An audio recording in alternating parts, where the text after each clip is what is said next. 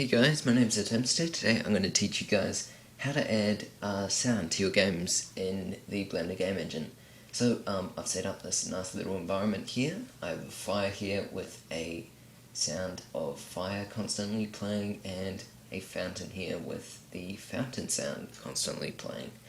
Then on the player I've got a sound of footsteps and a sound of footsteps going through water, which gives a nice sort of contrast and helps make the environment more believable.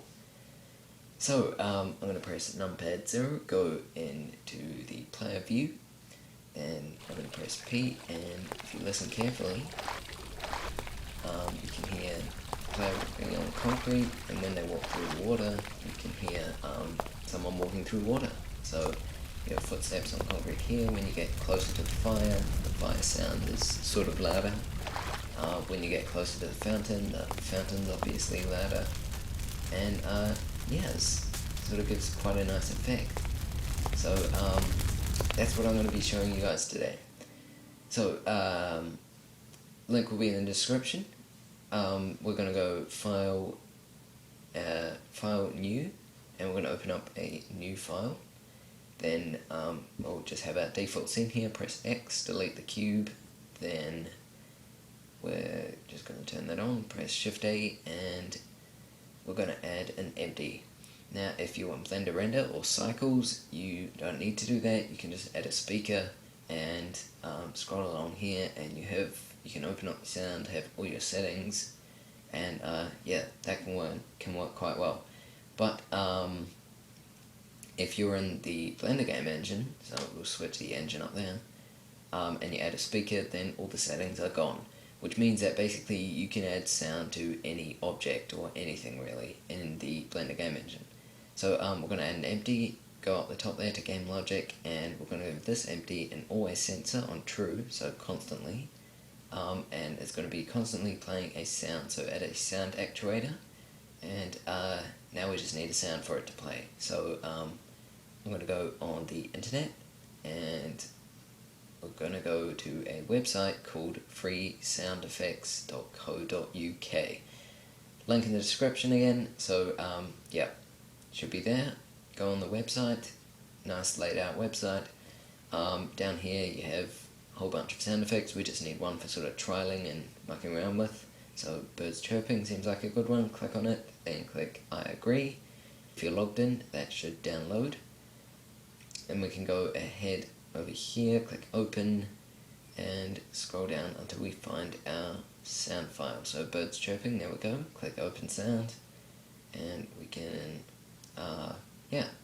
start messing around with it. Make sure that is on true, that always sensor, so it's always playing the sound.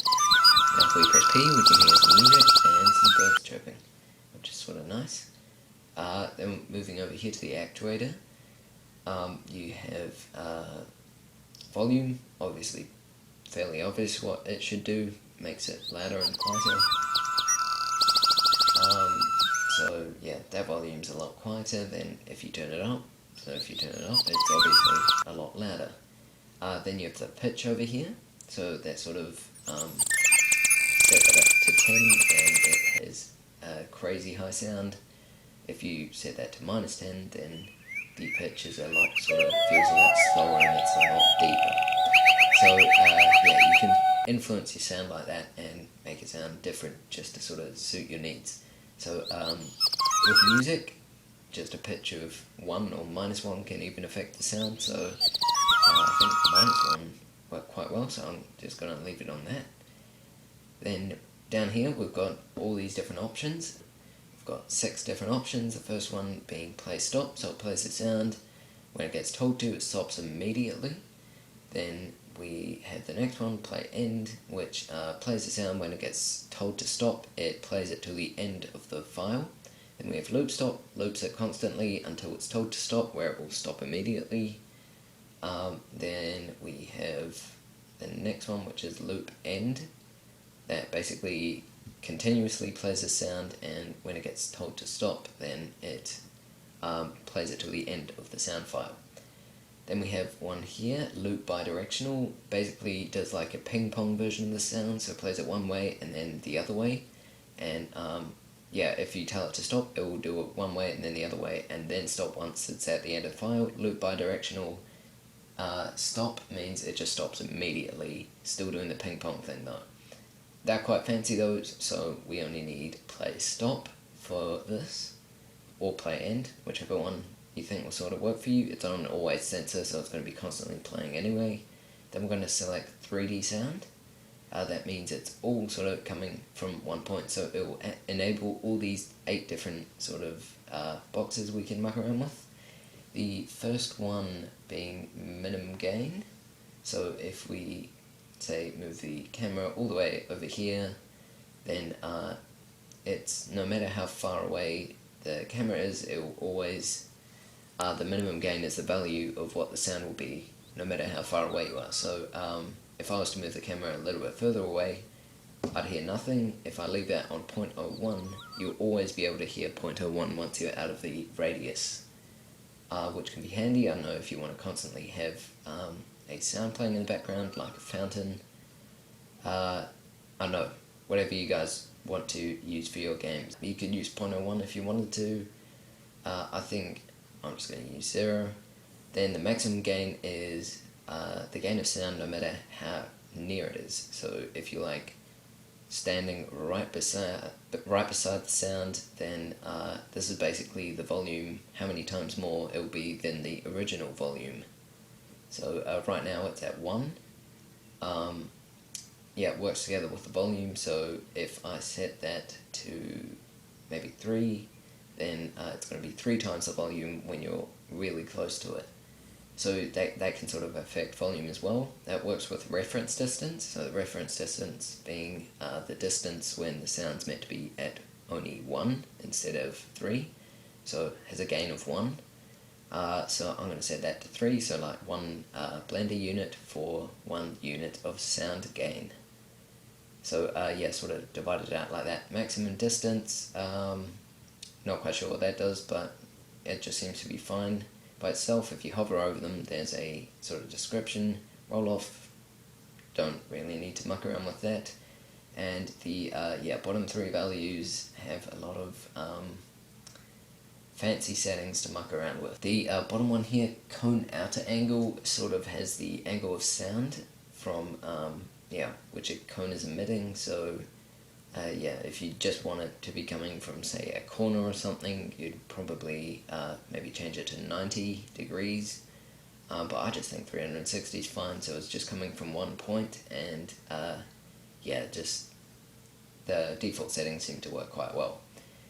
So yeah, now we've got all that sorted out. If we get our camera, move it further away, then we sort of have a nice sound.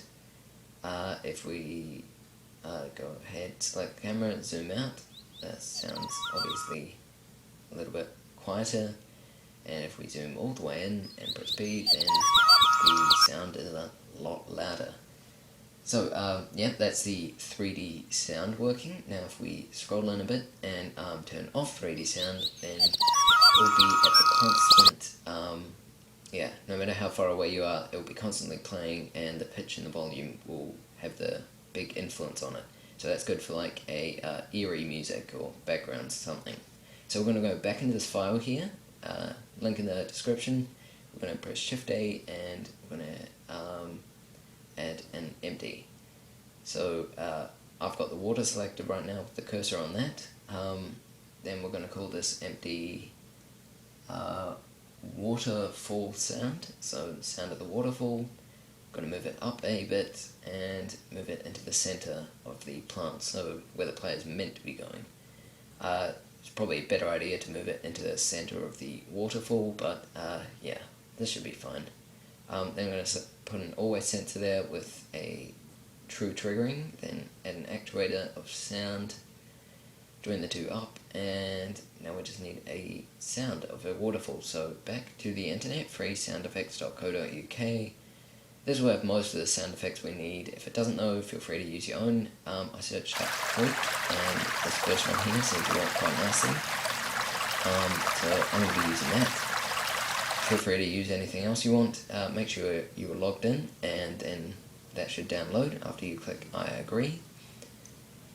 And then we can once it's downloaded, make sure it's finished, then go back to Blender, click open, and go into our downloads folder and find that file. So right there, then we can click open sound, and yeah, start mucking around with the settings. So I'm going to set it to play end, and turn down the volume maybe to 0.8, seems like a good value. Sort of hear the sound nicely. I want to turn down the pitch though, make it sound a bit deeper. So yeah, just gives a different feel to the sound. Minus 4 I think is good though, gives it a bit of a deeper sound, makes the pond sound different. Then I'm going to enable 3D sound, give it a minimum gain of 0.01 and a maximum gain of 3 and a reference distance of 6. I'm going to leave the rest of the settings out, they work fine for me. And I'm going to press P, and now if you turn away from it, you have it going, the sound going from headphone to headphone, so it sort of gives a nice 3D perspective. So when you get closer it's louder, and when you move away it's quieter. So that sort of gives a nice element to the game. Next, what we're going to do is we're going to move over to the fire over here, so we're going to left click in the middle of the fire, so just like that, numpad 1, click in the center of it, then numpad 3, just get our view sort of correct. Then yeah, clicking around the center of that fire, then we're going to press Shift A, add an empty, and this empty is going to be called fire sound. So yeah, the sound of fire. Then we're going to move that up, move it across, move it around, and yep, that should be fine. Now we need a fire sound, so back to freesoundeffects.co.uk, and one that I found worked nicely is if you search up burn. So there'll be quite a few ones under fire, which is just gunfire and stuff, but burn seems to get the fire burning pretty well. So we have one there, we have a large fire burning, which sort of gives a nicer sort of effect, works a bit better, but down here you might want to experiment with a lot of them. This dry grass is a bit too crackly for my liking. However, this forest fire with debris falling seems to be able to do the trick. So find one you like, you can use any, search up burn, and then we can go ahead across to it and you can click download. There you go, click I agree, and that file should download. Once it's finished downloading, I'm going to add an, select the fire sound empty and always actuator, add a sound actuator, always sensors, sound actuator, and we'll join them up and open the file. So that was forest fire with debris, so there we go, right there. Then yeah, check the title and click open sound. Then we have our sound there. Now if we walk around, it doesn't matter what way we're facing, it's always continuously the same at a constant volume, and that's because we haven't enabled 3D sound. So click 3D sound and that should work a bit better. Turning down the volume to 0.8 again. Yeah, I'd rather have it too quiet than too loud. Minimum gain to 0.01 and the maximum gain to 2, and a reference distance of 4. So yeah, 2 blender units for 1 sound unit. I'm going to turn up the pitch a bit, make it sort of not as big, and make it a small file a bit better. So now when we move close, it's nice and loud, and when we move away, it's a lot quieter. So, yeah, that works quite nicely. Same with the fountain. If we walk into that, it becomes louder. Now, I'm going to turn down the volume on that to 2 instead of 3 for the maximum gain, and 0.75 for the original volume, just because that was sort of along the fire sound, so we couldn't hear much else. So, rather have the volume being a little bit too quiet than too loud, so you can hear everything. But yeah, so now we need to give the player some sound, so when they're walking on concrete, they can hear concrete walking, and when they're walking in the water, we can have sort of sploshing sounds. You can do the same for fire if you want to, but yeah. So we're going to add an and actuator under the character. Then we're going to add a sound. I'm going to click open, and we're going to, well, we need to find a sound, so back to freesoundeffects.co.uk, and we're going to go and search walking.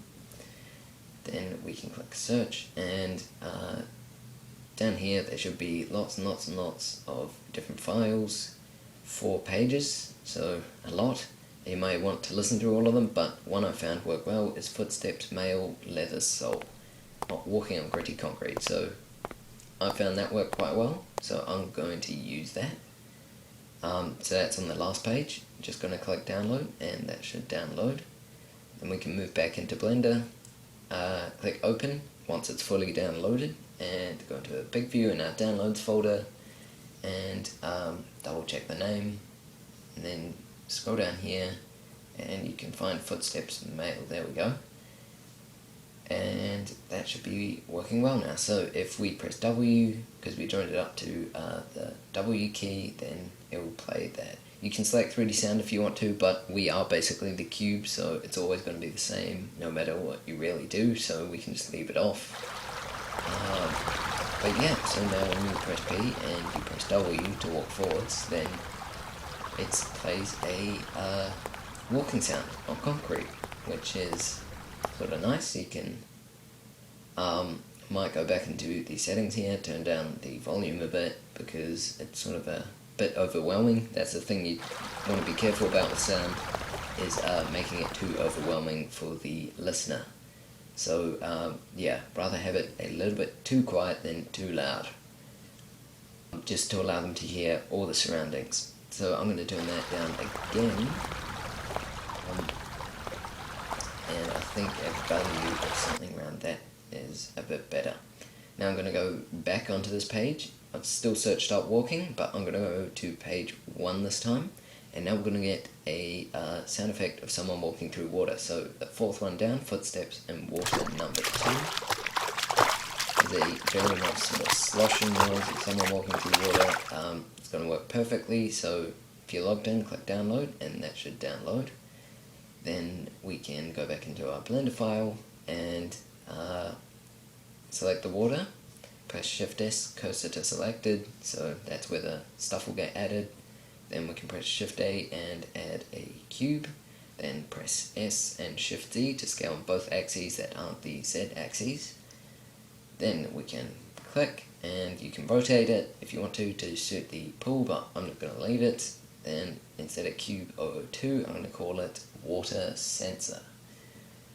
Then I'm going to give it a property called water. Then I'm going to scroll along here to the physics settings, static, actor, invisible, ghost, and collision bounds as well. Then we're going to select our player here, add 2 collision sensors, so both of them with the collision water, so with that cube we just added. Make sure they're spelt the same, true on both, and invert on one, so one's the opposite. So when it's not colliding with water, then we're going to join it up to the walking on gritty concrete, so it'll play that sound. We're going to add another AND actuator, and when it is colliding with water and you're walking forward, then it's going to play the sound of someone going through water, so walking through water. So the footsteps in water number 2. There we go. So open up that sound. Those main settings seem to be fine, so I'm just going to leave them.